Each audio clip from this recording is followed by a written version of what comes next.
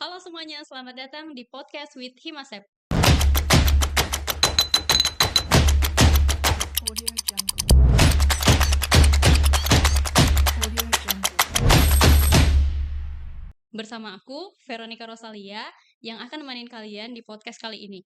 Nah, hari ini kita bakal bahas topik menarik, yaitu tentang program magang ke Jepang. Oke, jadi di sini sebelumnya jangan lupa like, komen, dan subscribe YouTube Himasep. Dan jangan lupa follow sosial media Himasep. Oke, di sini sudah ada bintang tamu kita, yaitu Bang Reza dan Bang Zaki. Say hello untuk teman-teman kita yang nonton, Bang. Halo. Halo, Apa kabar, Bang? sehat. Sehat. Alhamdulillah. Sekarang semester berapa, Bang? Semester 8. 8. Oh, lagi sibuk-sibuknya nih kuliah. Sibuk-sibuknya nyusun skripsi. Iya, semoga lancar ya. Aman kan? Aman. Aman. Puji Tuhan. Oke, sebelumnya benar ya, Bang? Udah pernah ikut magang ke Jepang? Betul. Abangnya juga ya? Ya. Kemarin itu penempatannya sama atau beda, Bang, di sana? penempatannya sama di daerah yang sama tetapi dengan bos yang berbeda. Nah, gimana nih pengalaman pertama kali nih ke Jepang gitu? Seperti mimpi sih. Karena untuk mahasiswa yang seperti kita yang terbilang anak daerah ini ke Jepang itu seperti mimpi yang dari kita tuh ini benar nggak terjadi, rupanya terjadi. Kalau abangnya? Kalau saya bersyukur bisa ikut magang di Jepang ya, karena banyak sekali pengalaman yang bisa saya ambil dari itu semua. Berarti sebelumnya belum pernah ya bang kayak ke luar negeri gitu baru itu ya Baru ke pertama kali Jepang. sih. Luar biasa ya. Sebelumnya untuk proses pertama kali kalian daftar ke sana gimana bang?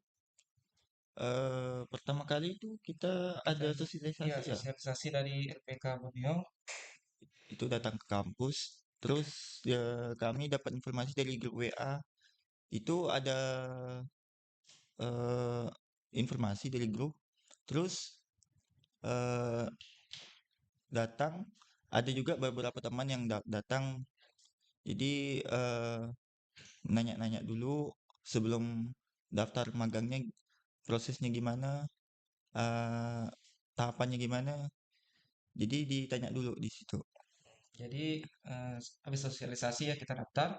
Habis itu kita itu diseleksi dari fisiknya, dari tertulisnya juga ada kayak psikologi gitu. Habis itu kesehatan dan juga yang terakhir itu kami dites wawancara langsung ke pos Jepangnya. Hmm, nah kan kemarin kegiatannya tuh kan kita tahu kan pasti bakal lama gitu di Jepang. Iya. Dan kenapa kalian mau gitu? Dan padahal kan di Jepang tuh kayak sesuatu yang baru juga gitu. Kenapa tertarik gitu? Pertama mungkin itu karena kesempatan ya. Karena terlanjur ada kesempatan dan nggak tahu nih bisa lulus atau enggak. Yang penting coba dulu kan. Dicoba, daftar, alhamdulillah lulus. Dan tadi udah dibilang kayak itu seperti mimpi ya. Kayak eh yang rasanya itu enggak mungkin, akhirnya mungkin. Jadi tadi karena itu kesempatan ya diambil. Ya lebih baik coba gitu ya bang. Baik dicoba. Kalau abang mungkin ada ketertarikan sendiri dengan Jepang? Kalau saya dari yang saya tahu ya, pertanian di Jepang itu bisa dibilang maju atau modern. Nah, itulah salah satu motivasi saya ingin magang di Jepang. Dan saya juga suka nonton anime. Oh iya, ya. Kalau Naruto. bang Reza juga ya? Ya, suka juga. Ya. Naruto. Naruto Pride ini. Bisa dibilang wibu berarti? Enggak. Oh enggak juga. Enggak juga sih. Oke. Terus kemarin syarat-syaratnya gimana tuh bang? Kayak susah nggak sih gitu? eh Mungkin untuk syarat tertulis ataupun berkas-berkasnya itu terbilang sulit untuk bagian ketika udah selesai, udah dinyatakan lulus Mm-mm. untuk magang Jepang. Tapi sebelum itu waktu pendaftaran itu mudah sih bagi kami. Kemarin ada syarat untuk bahasa atau gimana tuh, Bang? Atau tab-nya atau mungkin bahasa Jepangnya? Untuk bahasa Jepang itu kami mulai benar-benar tidak ada. Oh iya? Nah, Benar-benar nol. jadi nanti kita kan udah diseleksi tuh, Heeh. lulus. Nah, habis itu kita 2 bulan lebih itu kami diajarkan bahasa Jepang. Oh, 2 bulan. Itu belajar bahasa Jepangnya di mana? Di Jepang atau masih di sini? Di sini, Sini. Oh, di di Pontianaknya. Pontianak.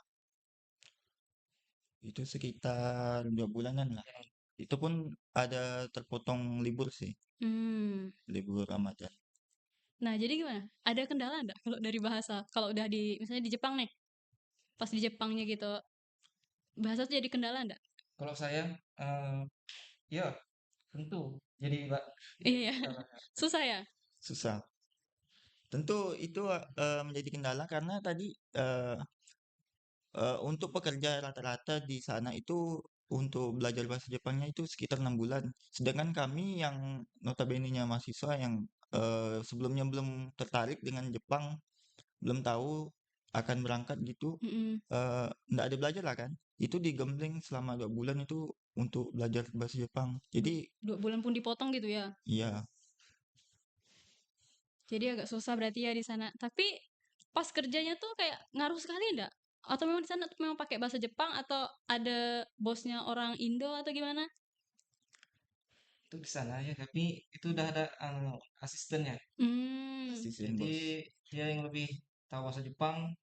jadi Dia, ngarahin pakai bahasa Indonesia gitu ya. Iya, Jadi lebih terbantu lah dalam hal pekerjaan di sananya ya. iya, Nah, selama di Jepang tuh, Bang, gimana rasanya di sana gitu? Mungkin dari budayanya kan beda-beda semua nih, Bang. Kayak betul. bahasanya, budayanya, mungkin ekonominya dan lain sebagainya itu kan beda banget gitu. Gimana? Yang kultur shocknya ya, yang Mhm. pertama kali datang ke Jepang itu eh, mengenai jamnya sih, Jam. jamnya. Karena di sana tuh benar-benar on time. Bahkan misalkan kalau kami di sana itu belajar dulu selama sebulan kan, waktu sampai di Jepang. Nah itu belajarnya masuk jam berapa? Ya? masuk jam 9. Jam 9. Dan itu harus di kelas itu jam 8.50 itu paling telat. Jadi udah harus duduk, belajar sendiri dulu. Hmm. Baru ada yang ngajarin Karena Jepang budayanya benar-benar kayak tepat waktu gitu ya, tepat Bang. waktu. Ya. Dia sangat menghargai waktu. Hmm. Dan selama saya bekerja di Jepang ya, di pertaniannya itu, Mhm. saya tuh sama sekali tidak pernah terlambat. Jadi 30 menit sebelum mulai Bekerja, bekerja masuk itu, kami itu udah on time, dah berada di lokasi kerjaan. Ya, disiplin waktu sekali ya. disiplin Disiplin waktu. waktu. Nah, kita kan Abang berdua ini kemarin ke sana tuh kan tentang pertanian gitu kan. Ya, Nah, di sana tuh ngapain sih gitu? Kerja atau gimana gitu? kami kerja di situ. Di Jadi bagian apa gitu, Bang? karena kami datang itu sudah waktu musim panen. Mhm. Jadi pertama kami datang di sana itu langsung kerja, langsung panen sayur. Karena Hmm. kan kami di program pertanian dan kebetulan program pertaniannya di bagian sayur. Nah, waktu datang pertama kali eh, dan itu langsung ketemu sama orang Jepangnya, ketemu bosnya itu kebetulan kami berbeda. Tapi itu di satu wilayah yang sama. Jadi datang ketemu bos, eh, perkenalan diri, besoknya langsung kerja, Oh, belum sempat istirahat. langsung kerja besoknya. Kalau boleh tahu di penempatan wilayahnya di mana, Bang? Nagano. Kayak kota Nagano, apa gitu? Oh. prefektur Nagano. Nah, kan pertanian nih. Kayak ada nggak sih teknologi di Jepang yang kayak benar-benar bikin kalian tuh kagum sama pertanian di Jepang gitu? Ya, kalau untuk teknologi ya, kami tuh pernah dibawa ke Osaka Mhm. Mm, di budidaya tanaman hidroponik. hidroponik. Jadi di situ tuh memang betul-betul integrasi pertaniannya. Jadi di dalam rumah kaca tuh bisa terbuka sendiri dia, menyesuaikan dengan suhu yang ada di dalam rumah Oh. kaca tersebut. Ya, seperti pemilihannya. semuanya itu udah betul-betul diinkuminasi dengan baik. Ya. Jadi serba teknologi gitu ya, Hmm. Bang? Betul. Karena itu udah dibuat sistem, jadi semuanya pakai mesin.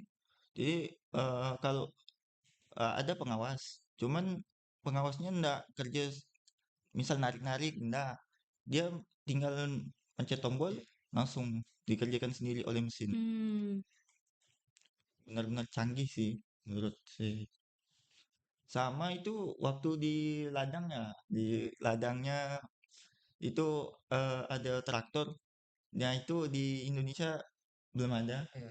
Jadi traktornya itu kalau tahu itu traktor untuk angkut sawit itu, Mm-mm. itulah yang digunakan untuk bawa hasil sayurannya.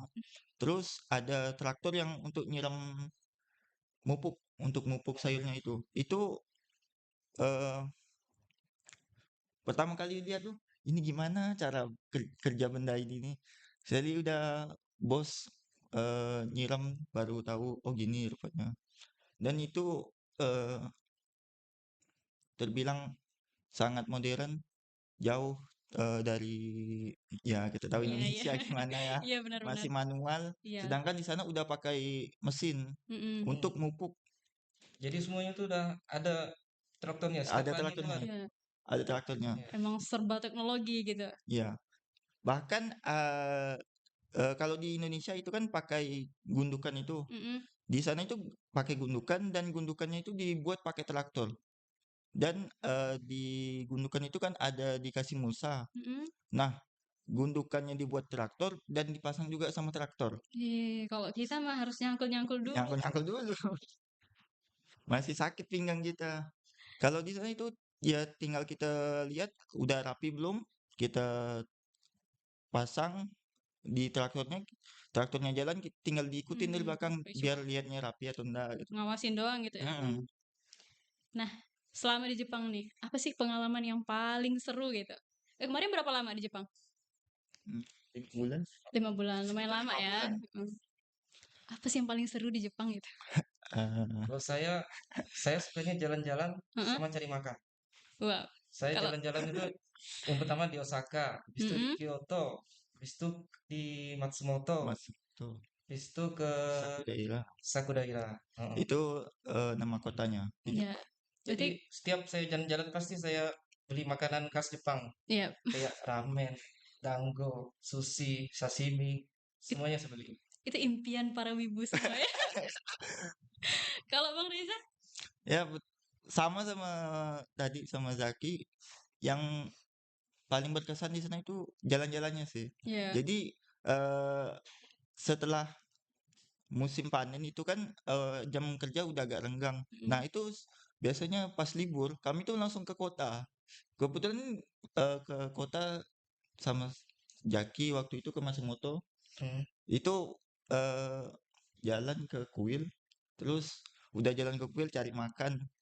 Cari makan kita makan apa? Kare, Kare, ikan kare. kare.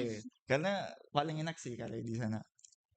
Terus jalan di Osaka, di Kyoto, itu benar-benar eh impian sih. Iya, iya. Oh ya, itu di sana cuma berdua atau ada teman-teman dari Indo yang lain mungkin dari univ lain gitu? eh untuk teman Indo banyak, cuman untuk dari universitas kami udah aja. Hmm. Bisa dibilang pemagang lah, pemagang dan TKI di sana. Nah, dari abang berdua nih, dari Bang Reza, dari Bang Zaki, apa sih manfaat yang benar-benar kalian rasakan, kalian terima gitu dari program tersebut? Bang Zaki mungkin duluan. Kalau saya pastinya satu pengalaman yang saya dapatkan tuh itu banyak ya, dari cara budidaya petani atau petani. Mm-mm. Kedua, belajar bahasa Jepang. Tiga, saya bisa mendapatkan budidaya bekerja dengan disiplin ya. Ya, disiplin waktu. Iya, disiplin waktu. Nah, itu aja sih. Dari Bang Reza? Mungkin pengalaman yang akan digunakan di Indonesia juga itu pertama sih etos kerjanya sih. Mm-mm. Karena di sana itu kan sudah terkenal dengan etos kerjanya. Jadi benar-benar merasakan gimana sih cara bekerja ala orang Jepang tuh udah kami rasakan. Pertama tadi di lapangan di bagian ladang itu benar-benar tadi Zaki 30 menit sebelum bekerja itu udah ada Di di tempat. lapangan. Terus saya itu biasanya 10 menit atau 15 menit sebelum bekerja itu udah ada di situ. Terus waktu kami kerja di kantornya juga terus gitu masuk kerja jam 9 kami di situ udah jam 8.45 Iya. udah di situ, udah stay. Jadi eh pengalaman paling berharganya itu sih. Nah, menurut kalian nih, program kayak gini nih penting nggak sih untuk kita anak-anak Indonesia yang kita tahu pertaniannya tuh kayak masih di bawah lah gitu kan. Padahal sumber dayanya tuh melimpah gitu. Program kayak gini kan kayak dari pengalaman kalian tuh kayak luar biasa sekali kan. Dan ini program udah internasional gitu loh, Ya, keluar negeri. Menurut kalian gimana? Ini sangat penting nggak sih gitu? Menurut saya penting. Kenapa bang? Kenapa? Karena pertama kita bisa, saya sebagai anak pertanian ya, bisa mendapatkan ilmu baru, Mm-mm. cara bertani yang baik. Jadi di Jepang, kalau kita bandingkan Jepang dengan pertanian di Indonesia itu ya, kalau di Jepang itu kalau nanam itu pasti hanya musim panas saja. Mm-mm. Kalau di Indonesia setiap waktu kita bisa nanam. Yang penting tanah kita atau lahan kita itu baik ya. Tapi sejahtera mana? Petani Jepang atau petani Indonesia? Iya, ya, kita bisa Ya, tahu sendiri gitu. oleh sebab itu ya, hmm, kita butuh sistem pertanian yang seperti Jepang, sistem yang terintegrasi. Jadi Mm-mm. di Jepang itu dia tuh udah punya JA atau BUMN-nya. Dia itu koperasi yang mana mensejahterakan petaninya. Jadi petani itu di Jepang tuh dia cuman budidaya pertanian aja. Mm-mm. Dia nggak mikirkan pemasarannya, beli pupuknya, cara dia bertani itu semuanya udah diatur sama koperasi tersebut. Hmm. Jadi kayak pupuk. Pupuk itu setiap petani itu pupuknya lain-lain. Jadi koperasi itu dia sebelum mm, dia kan beli pupuk kan, Mm-mm. berikan pupuk. Dia tuh langsung ke lahan petaninya. Lahan petaninya di observasinya sehingga muncul berapa sih nutrisi yang dibutuhkan untuk tanah tersebut. Nah, habis itu pupuknya keluar dan sesuai dengan nutrisi yang dibutuhkan oleh lahan Ah, tan tersebut. Sehingga bagus ya. apa? Ya itu produktivitasnya baik ya dan juga sesuai dengan pasaran yang ada di sana. Mm-mm. Jadi kayak benar-benar didukung nih sama sama koperasinya gitu koperasi ya. Ya, dan juga oleh sebab itu ya harga di sana itu harga sayuran di sana tuh stabil. stabil. Mm-mm. Kalau di Jepang pasti panen raya karena apa? Musim panas ya kan? Mm-mm. Kalau di Indonesia kalau panen raya pasti harganya anjlok. Iya. Ya kan? Betul. Karena kebetulan ada teman itu bosnya itu pemilik lahan terbesar di daerah situ. Jadi untuk anak pekerjanya aja itu ada sekitar 9 orang dan orang Jepangnya ada 3 orang. Jadi berapa tuh? 12 orang ya. Mm-mm. Nah, itu mereka kerja dalam satu tempat. Nah, kebetulan mereka kan punya ladang terbesar di daerah situ. Mereka pernah pernah satu waktu 1 tahun berapa tahun yang lalu itu mereka panen dan banjir. Bahasanya banjir sayurnya. Ada satu komoditas sayur itu banjir. Terus bagusnya di Jepang tadi itu, bagusnya kooperasinya, mereka tetap beli tapi dengan harga yang berbeda. Walaupun jadi kalau di Indonesia kan misalkan banjir sayurnya, akhirnya petani merugi, Iya. dibuang. Mm-mm. Kalau di Jepang enggak, mereka tetap beli. Jadi harga tetap stabil di pasar. Walaupun di pasarnya harganya terbilang lebih murah, cuman enggak sampai sejatuh kalau seperti di Indonesia lah. Iya, kayak di Indonesia tuh kalau harga udah jatuh tuh pasti kayak anjlok Anjlok sekali sekali ya. gitu. Kadang saya petani itu daripada saya jual dengan harga mudah, mending saya buang gitu kan. Mending Biasanya kayak dibuang. gitu. Kalau di sana itu setiap koperasi tadi tempat JA tadi itu tetap nerima. Hmm. Tapi dengan harga yang berbeda karena tadi tuh pasar tadi tuh permintaannya dikit, sedangkan jumlah suplainya terlalu banyak.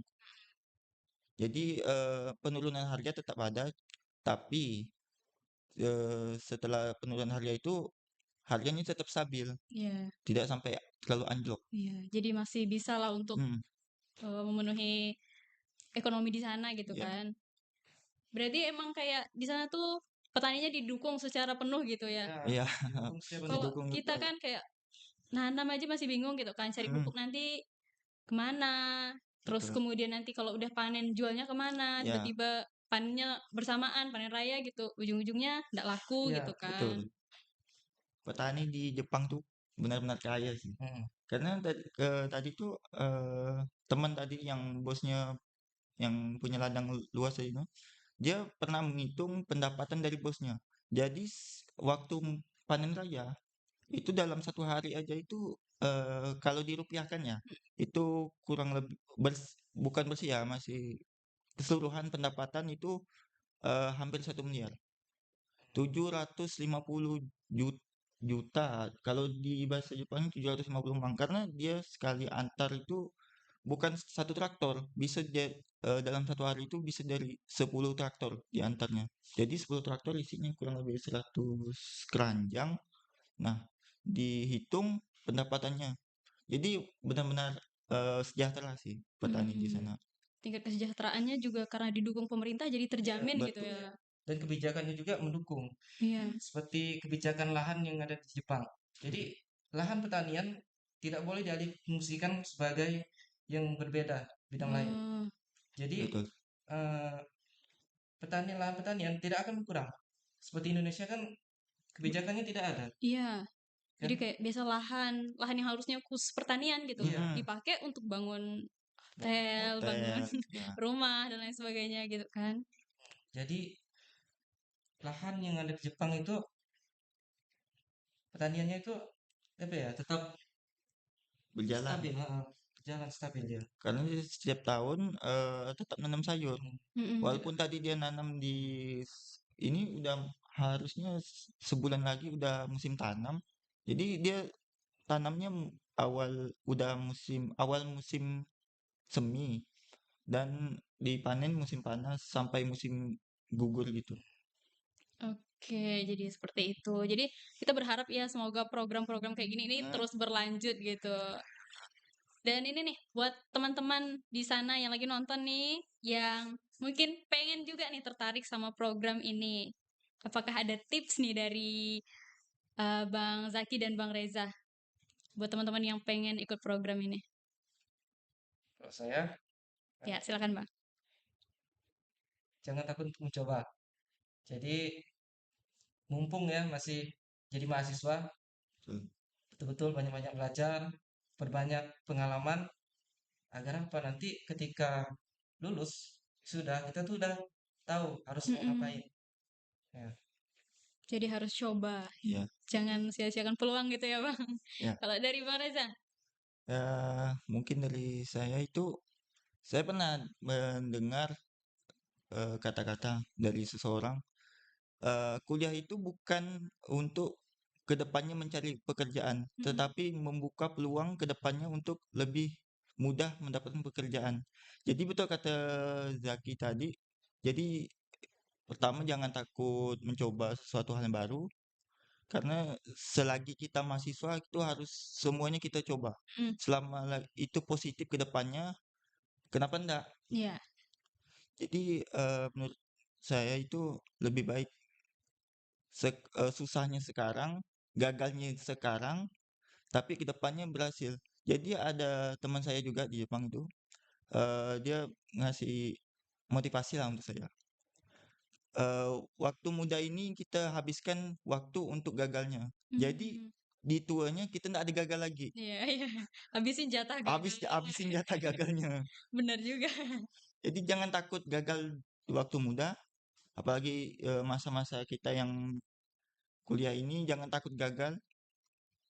Biar kedepannya kita udah tahu apa jalan keluarnya dari suatu masalah kita udah tahu. Itu sih dari saya. Oke, menarik sekali udah ada motivasi nih dari Bang Zaki dan Bang Reza mengenai gimana nanti kalau misalnya mau daftar program magang ke Jepang, nanti ada sosialisasi gitu ya. Betul, Ya, biasanya betul. mereka bagiin brosur-brosur gitu ya kan, datang ke kampus gitu. Iya.